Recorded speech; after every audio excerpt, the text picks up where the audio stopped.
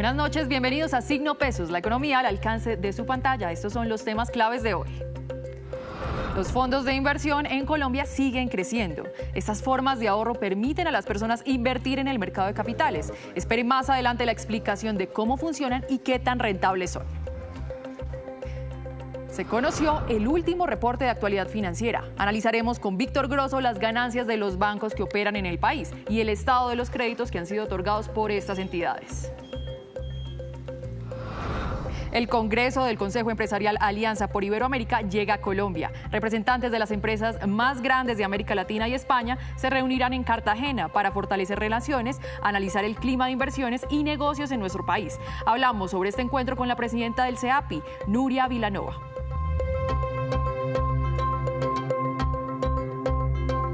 Comenzamos esta emisión de Signo Pesos hablando sobre los fondos de inversión colectivos. Estas formas de ahorro permiten a las personas invertir en el mercado de capitales. Para hablar sobre este tema nos acompaña Rodrigo Sánchez, gerente de innovación y productos LBA Índice. Gerente, bienvenido a Signo Pesos, buenas noches. Buenas noches, ¿cómo estás, Paola? Muy bien, gerente, pues empecemos a hablar sobre este gran tema, pero expliquemos a la gente qué es un fondo de inversión colectiva. Un fondo de inversión colectiva, o FIX, como se les dice coloquialmente, es un vehículo que permite a muchos inversionistas agrupar de alguna manera su poder comprador para poder acceder a varios beneficios, ¿sí? Primero, una administración profesional.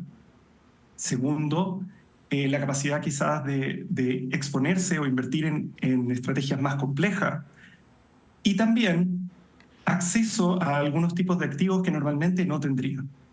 Entonces, de alguna manera, un fondo puede tener muchos participantes y así una entidad que emita estos fondos es capaz de manejar todo el dinero, toda la inversión de la misma manera para todos y de una manera mucho más efectiva. Gerente, ¿por qué son tan buenos estos fondos y por qué los recomiendan tanto? Sí, la verdad que los fondos son algo que existe en todo el mundo.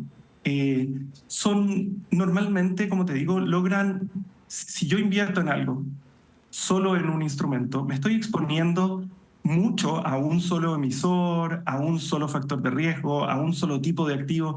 La gracia de este tipo de vehículos es que generan diversificación. Sin yo tener tanto dinero, puedo entrar junto con otros muchos inversionistas y eso permite una inversión diversificada y efectiva de alguna. Por ejemplo, entonces, ¿cómo funcionarían estos fondos? Y pues ahí está la otra pregunta. ¿Desde cuán el monto, digamos, mínimo para acceder a estos fondos, de cuánto sería? No existe un monto mínimo, se puede acceder desde lo mínimo que uno tenga. Pero claro, depende de las condiciones, depende de la cantidad de dinero que uno quiera invertir. Será con qué condiciones es capaz de entrar al fondo, ¿sí? ¿Qué comisiones paga? ¿Cuáles son sus condiciones de permanencia? Etcétera. ¿Y cómo funcionan? Entonces, yo quiero entrar a un fondo y ¿qué hago? Existen hoy en día dos tipos de entidades que son capaces de emitir estos fondos de inversión colectiva. Las comisionistas de bolsa y las fiduciarias. Si yo puedo contactarme con cualquiera de ellas, hoy en día existen alrededor de 30 entidades que los emiten, existen más de 225 fondos en el mercado y ya hay 2.3 millones de inversionistas, esencialmente la mayoría son personas que han entrado en este tipo de vehículos. Por ejemplo, yo contacto a cualquiera de las comisionistas o de las fiduciarias y soy capaz de entrar. Entonces, en ese caso, ¿qué tipos de inversión puede encontrar la gente? ¿Qué tipos de fondo de inversión puede encontrar? Existe una diversificación bien grande. Por un lado, existen fondos accionarios que invierten en acciones de compañías, existen fondos de deuda que pueden ser largas, cortas o con algunas condiciones especiales. Existen fondos, la verdad, para todos los gustos. La idea es que cada uno de estos fondos tiene distintos niveles de riesgo, distintos niveles de horizonte de inversión, de plazo al que se ajustan mejor. Hay algo para todos.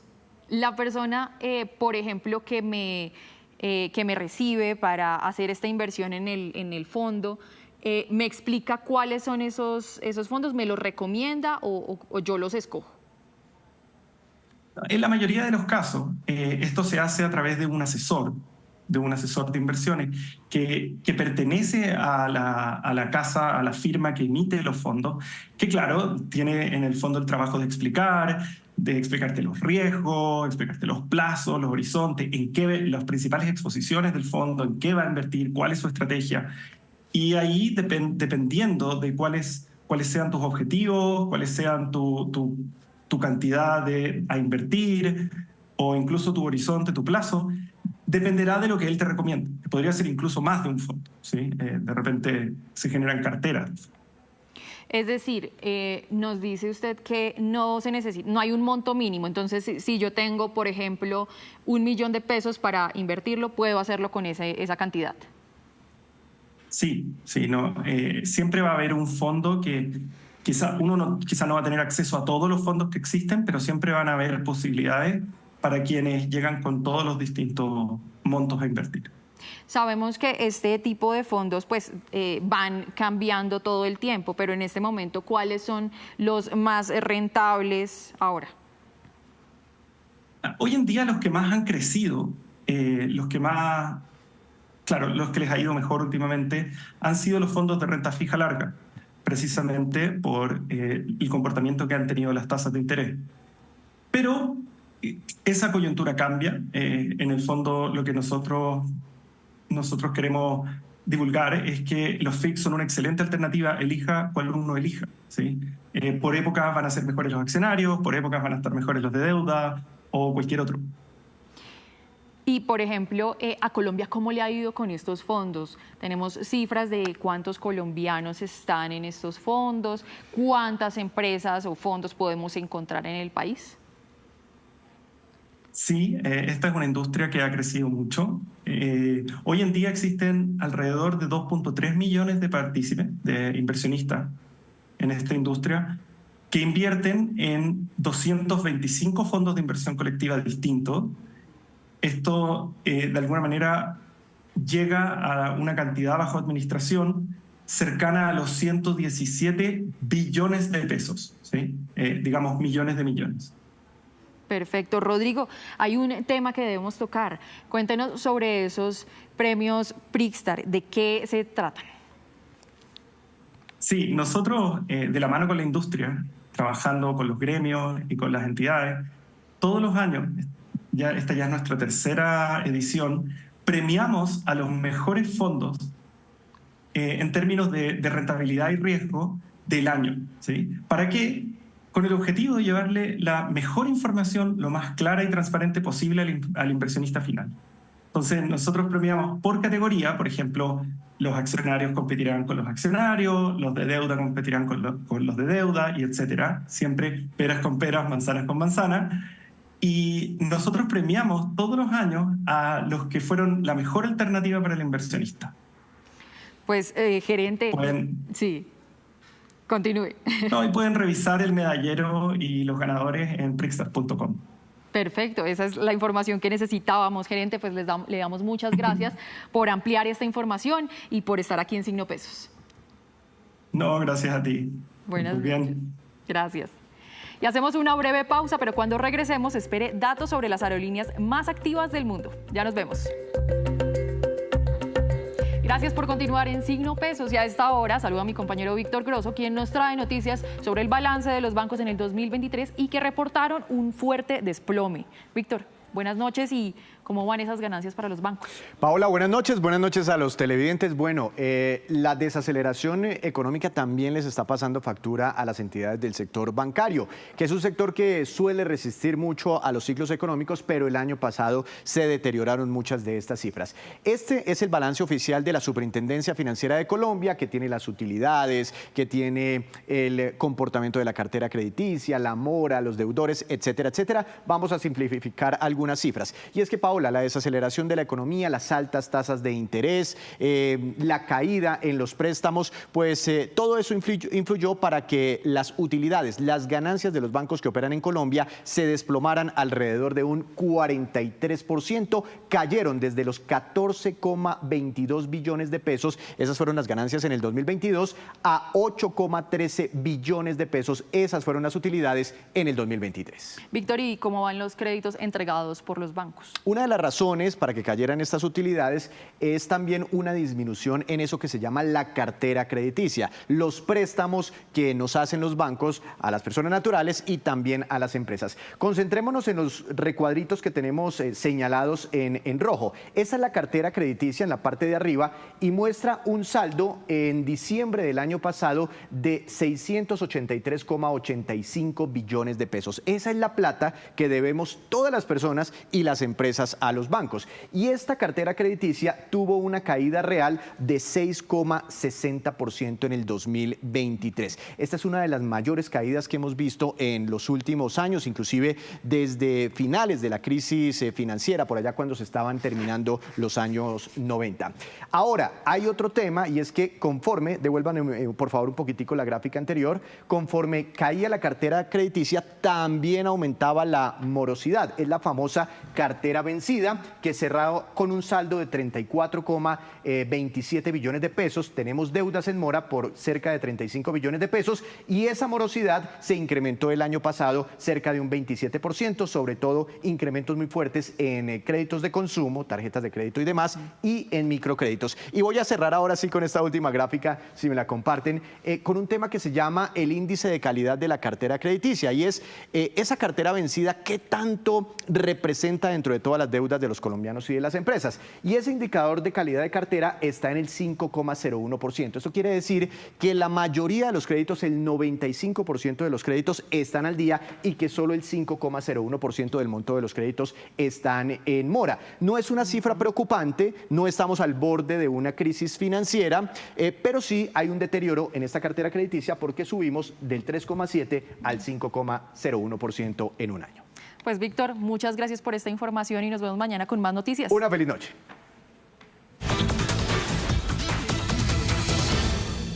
Y la movida empresarial de este día la hace esta empresa, la multinacional china Oppo. La fabricante de celulares con más de 600 millones de usuarios activos en todo el mundo ha logrado escalar al top 4 en la clasificación del mercado global móvil.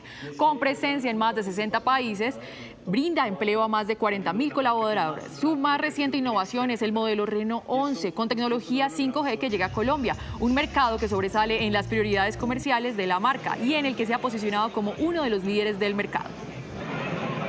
Bueno, creo que aquí la solución es bastante fácil y pues directa, y es que hemos invertido bastante en el país. La apuesta en el país es completa. En la región somos el segundo país más importante para Oppo, una multinacional china de esta magnitud. Entonces, digamos que todas estas apuestas se han visto tanto en la inversión en publicidad, en la inversión en capital humano y por supuesto en la inversión en tecnologías que cada vez más colombianos pueden tener en sus manos.